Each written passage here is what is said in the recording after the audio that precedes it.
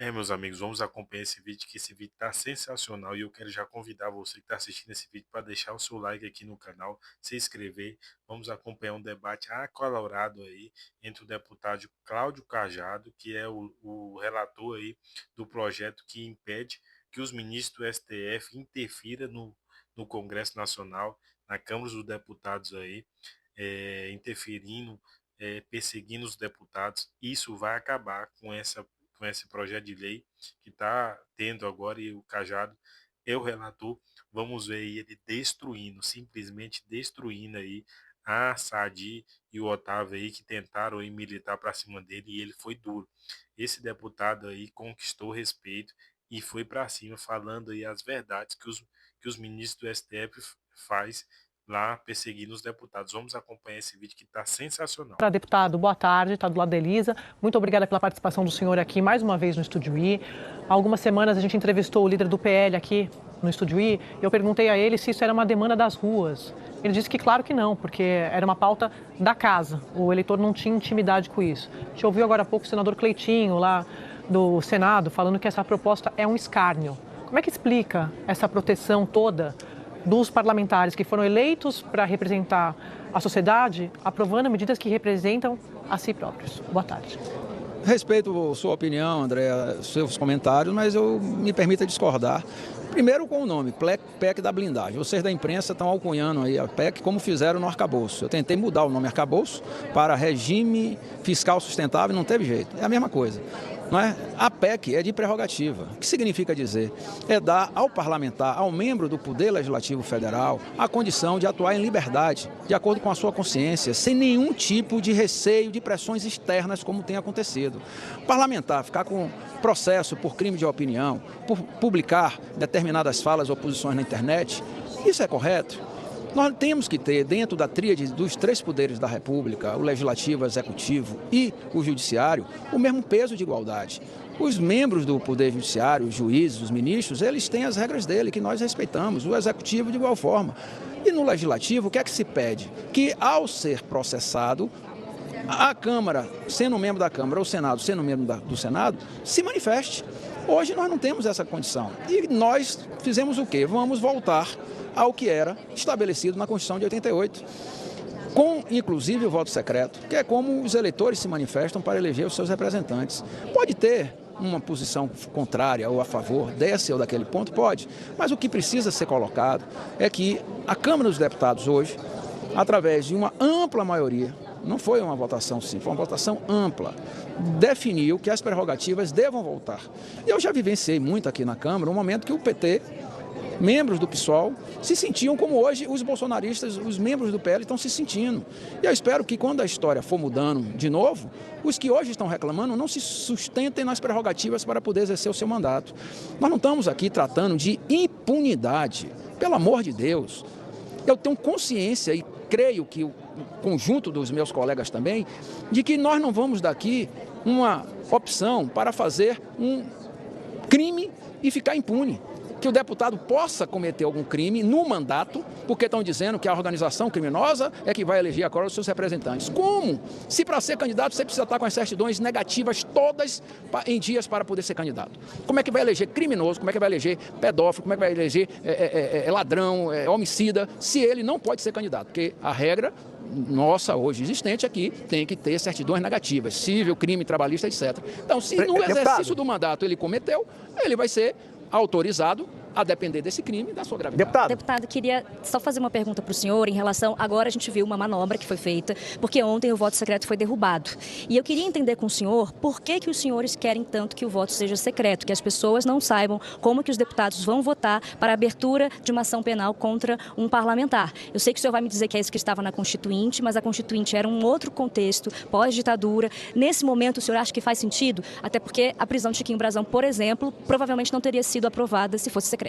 Tanto faz sentido que a Câmara acabou de ratificar essa posição, com votos de parte do PT, do PCdoB, do PL, do União Brasil, do PP, do Republicanos, do Podemos.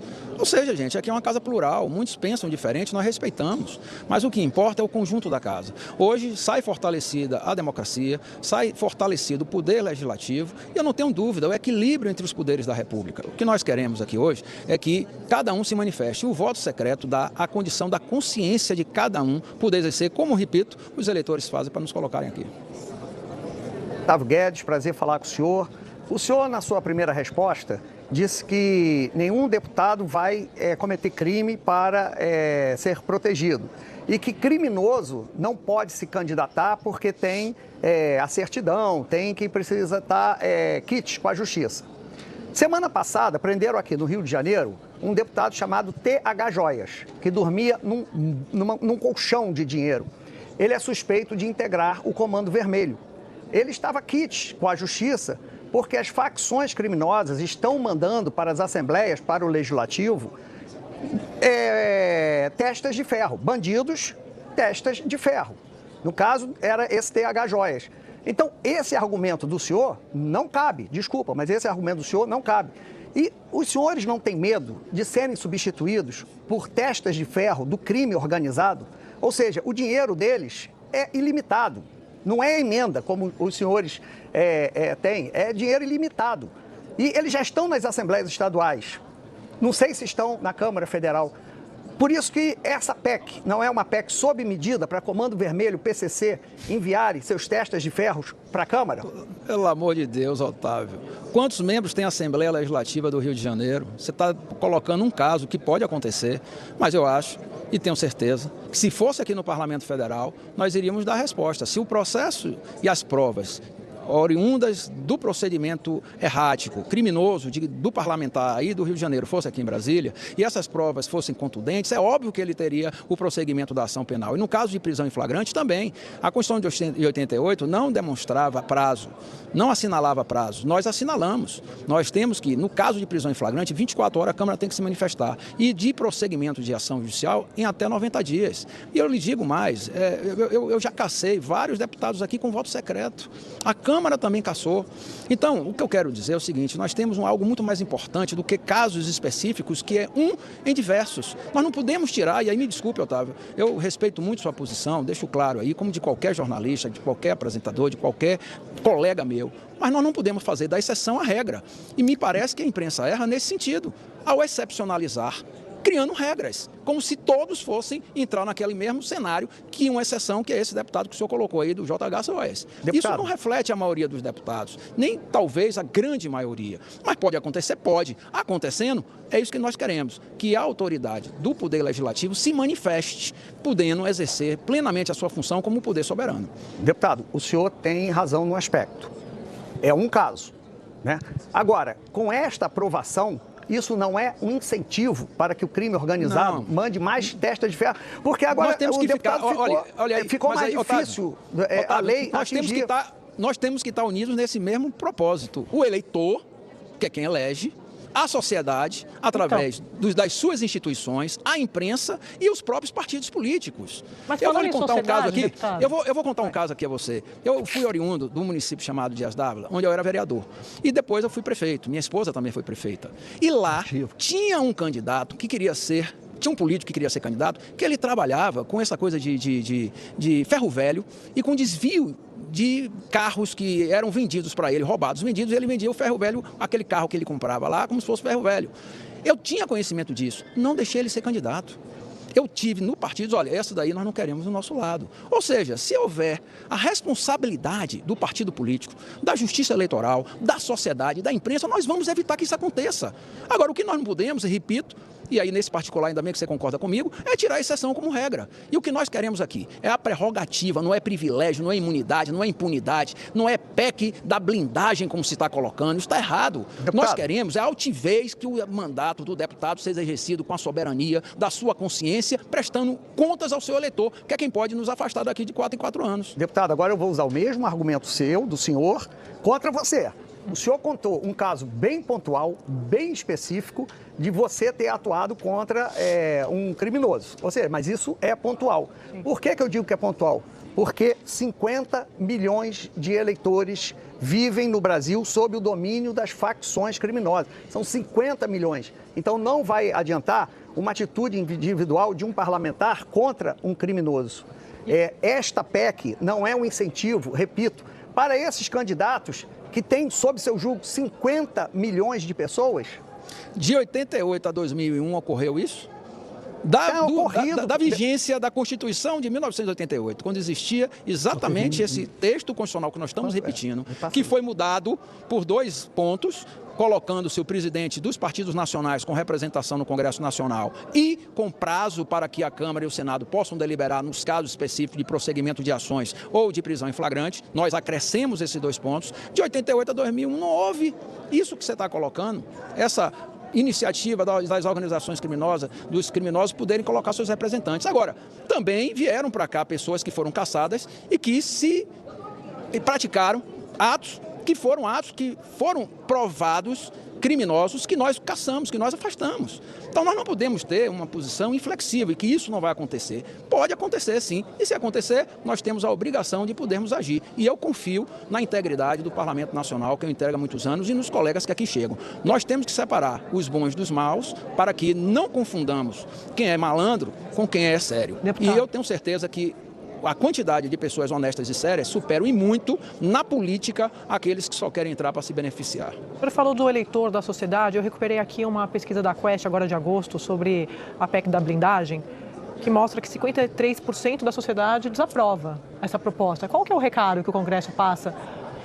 Não está de costas para a sociedade, deputado? Se vocês da imprensa ajudassem a mostrar o que eu tento mostrar aqui, responda sobre a pesquisa. Melhoraria. Porque é óbvio, a pesquisa reflete o momento. Quanto mais vocês criticam, mas você acha que em algum momento a sociedade vai entender que a PEC da blindagem ela é boa para a sociedade? Possam exercer o seu mandato com a liberdade que o povo nos confere? O senhor acha que os deputados foram eleitos para aprovar a PEC da blindagem? Só para entender. Não, eu acho que nós... Não é questão de PEC da blindagem, Andréa. Nós fomos eleitos para exercer o nosso mandato com altivez, com segurança. Mas para garantir mais privilégios para os parlamentares? Privilégio na sua opinião. E da população, 53% é contra. Não, eu acho que você pode cobrar do seu eleitor. Eu lhe pergunto, quem você votou para deputado federal? Você lembra? Deputado. Óbvio. Você cobra dele? Deputado. Você cobra dele posições? Deputado, não. Eu acho que a sociedade tem que estar engajada. Não, eu não estou invertendo quem está sendo entrevistado. É que o senhor é um homem público, né? Deixa eu só... Claro, eu queria que o senhor respondesse sobre a pesquisa. A pergunta sobre a sociedade desaprovando a PEC da blindagem, por gentileza. Cobrando dele posições, cobrando dele atuações. E isto é legítimo, é democrático. Mas quando você tem uma interferência de um ou outros poderes em cima da posição... Vou dar outro exemplo aqui, Otávio. É correto, numa votação de interesse do Poder Executivo, liberar a emenda? Mas, deputado, eu queria que o senhor no chamado toma lá da cá? O senhor pode responder? Não, ou seja, essa posição está errada. Deputado, da mesma forma como não é correto a posição e a postura de um deputado querer ter pressões externas na fala dele, na apresentação de projetos, no voto que ele tem a apresentar. Então, isso está ocorrendo. E vocês sabem disso. A sociedade brasileira está observando. Nós queremos... A gente pode só voltar para a pergunta, porque a pergunta é sobre... O senhor falou, a gente está aqui... A gente está representando o eleitor e a sociedade. O senhor não acha, então, que está de costas para a sociedade dizendo que... O senhor acha que é um momento? Era isso que o senhor estava respondendo e depois a gente abriu várias abas, o que é normal numa entrevista. Mas o senhor acha que a pesquisa retrata um momento. Hoje a sociedade é contra a PEC da blindagem. Na avaliação do senhor, isso pode mudar mais para frente? As pessoas podem entender que é bom para a política? Se a imprensa mostrar a verdade real, se a imprensa ajudar a demonstrar que a prerrogativa do parlamentar, seja deputado ou senador, de exercer o voto secreto é importante. O voto secreto é importante. Como era na Constituição de 88, sempre Mas o senhor acha que a sociedade vai entender isso? Essa é a minha pergunta, deputado. Nós temos que ajudar a esclarecer a sociedade. Mas por que o voto secreto é bom? Nós temos que ajudar porque é a consciência plena de cada parlamentar. Deputado, vai, Flávia, desculpa. Porque o senhor fez uma ênfase, deputado, boa tarde, Flávio Oliveira, aqui do Rio, dizendo do direito à liberdade de expressão e os parlamentares não podem ser perseguidos por crimes de opinião. Eu queria que o senhor nos desse alguma evidência concreta disso e lhe perguntar por que o projeto não trata especificamente desse tema e permite essa amplitude de todo e qualquer crime que venha a ser praticado. Como estava na Constituição de 88. Mas a Constituição, o senhor acha que os deputados hoje são cerceados do seu direito à opinião, na tribuna, nas redes sociais? Me parece, deputado, particularmente, e também à luz das pesquisas, que esse projeto que o senhor relatou, ele abre uma porta para a impunidade em vários outros crimes. Não se trata exclusivamente do direito à liberdade de expressão do parlamentar, que me parece que está garantido e continuou garantido pela Constituição brasileira. A sua avaliação é de que não há esse direito garantido? Engraçado, Flávia, você está fazendo uma ilação, uma hipótese de que, havendo um crime, porque aí no exercício do mandato, solicitado a abertura e a continuidade do processo judicial, a Câmara irá colocar a impunidade como regra, não é? É isso que você está colocando. Porque quando se fala da exceção, vocês estão criando regra como exceção. Vamos aguardar o acontecimento, vamos deixar que o Senado se posicione, aprove ou não a PEC, se promulgue e vamos aguardar que os fatos se sucedam. A partir daí nós podemos avaliar se o voto secreto voltou para ser positivo ou não, se as instituições estão de fato com as suas prerrogativas constitucionais sendo úteis à sociedade brasileira e se o parlamentar, seja deputado federal ou senador, está exercendo com dignidade, com altivez e, acima de tudo, com respeito ao eleitorado que os colocaram aqui, ou não a função de forma correta. Vamos aguardar um pouco, eu acho que esse debate é importante, eu sei que existem essas preocupações, vocês estão aí colocando o que existe de discussão, mas o que eu tenho em mente é que de 88 para 2001, isso não ocorreu, esses fatos não ocorreram, e repito, eu já disse 2 vezes, vou dizer pela 3ª vez, eu já cacei vários deputados aqui com voto secreto, a Câmara já se manifestou. Da regra. Deputado, claro que precisa, tanto que nós estamos fazendo. Vocês não estão colocando que o voto secreto não é útil, que as pessoas vão se esconder atrás dele? Eu estou dizendo que não, que o voto secreto também é um instrumento de você exercer plenamente o seu voto, quem o seu parlamentar votou, né, deputado? Pode-se falar. O senhor vai contar para o eleitor em quem o senhor votou? O senhor vai abrir o voto? De todas... Sim, se me então por que perguntar, faz o voto secreto? Foi o que se definiu. Nós somos aqui um colegiado. Essa apresentação do relatório foi fruto de um amplo entendimento com os líderes partidários, com todos os partidos. E repito, se você for ver o espelho de quem votou, todos os partidos tiveram representantes que votaram sim a essa PEC das prerrogativas. Deputado, é o Otávio de novo, vamos lá. O senhor está certo, então. Essa PEC é para dar autonomia, para o deputado exercer seu cargo com altivez, porque vocês vinham sendo, em tese, pressionados, chantageados pelos ministros do Supremo. Eu não disse Agora isso, que tem essa prerrogativa, eu queria que o senhor desse os nomes dos ministros chantagistas desse país. Eu não disse isso, Otávio. Me desculpe. Sim, mas está todo mundo dizendo que o argumento principal é que vocês estão reféns do Supremo, da chantagem do Supremo. Então, cria o nome dos ministros chantagistas. Se você está dizendo que é chantagem. Não, vocês é que são pressionados. Não diga você, não generalize. Eu estou falando por mim. Se outros falam, então entreviste outros. Eu falo por mim. Deputado, queria agradecer mais uma vez a participação do senhor aqui para a gente debater.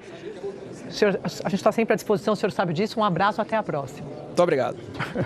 A gente vai fazer... Meus amigos, acompanhamos aí esse debate interessantíssimo que o deputado aí esculachou totalmente esses militantes aí da esquerda, e é importantíssimo também entendermos esse contexto que está acontecendo.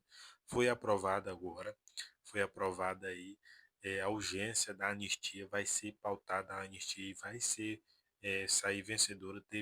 Tivemos aí uma vitória esmagadora em cima aí do desgoverno Lula. E essa vitória foi em cima aí de investir. O governo Lula investiu bilhões de reais tentando comprar e dificultar aí os deputados a votar, e mesmo assim teve o voto recorde, 311 votos a favor da urgência e da anistia. E agora é trabalhar porque o desgoverno Lula, e junto com essa militância aí, vocês podem ver essa militância, eles estão totalmente desesperados. Vocês podem ver nesse debate com o deputado Cajado aí, vocês viram como eles não escondem mais a forma que eles estão defendendo o desgoverno Lula com unhas e dentes.